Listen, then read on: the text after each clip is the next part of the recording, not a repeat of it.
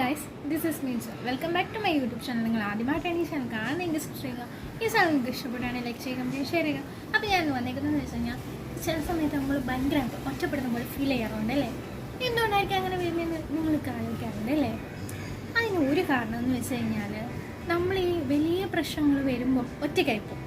ആ ഒറ്റയ്ക്കായി പോകുമ്പോൾ ലോൺലിനെസ്സിനും ഡിപ്രഷനിലോട്ട് പോകാതിരിക്കാൻ വേണ്ടി യൂണിവേഴ്സ് നമ്മളെ ഒന്ന് പ്രിപ്പയർ ചെയ്യുന്നതാണ്. നമ്മൾ കുറച്ച് സമയത്തേക്ക് ഒറ്റയ്ക്കായി പോകുന്നതും പല കാര്യങ്ങൾ കൊണ്ടും നമ്മൾ ഒറ്റയ്ക്കായി പോകുന്നു, ഇമോഷണലി വീക്കായി പോകുന്നു. ആരെങ്കിലും എന്തെങ്കിലും പറഞ്ഞു കഴിഞ്ഞാൽ നമ്മുടെ ഹൃദയം എന്താ പറയുക, നമുക്ക് മനസ്സിലാവും നമ്മൾ അത്രയും കൈൻഡ് ഹേർട്ടഡ് ആണെന്ന് നമുക്ക് മനസ്സിലാവും. അപ്പോൾ ആരെങ്കിലും എന്തെങ്കിലും പറഞ്ഞു കഴിഞ്ഞാൽ നമുക്ക് ഭയങ്കരമായിട്ട് വിഷമം വരും.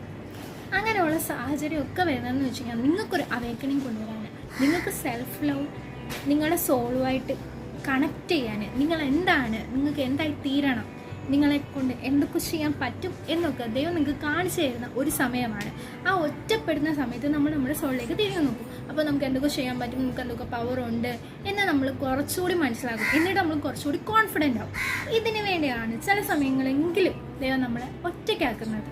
Thanks for watching. Be smile and be confident.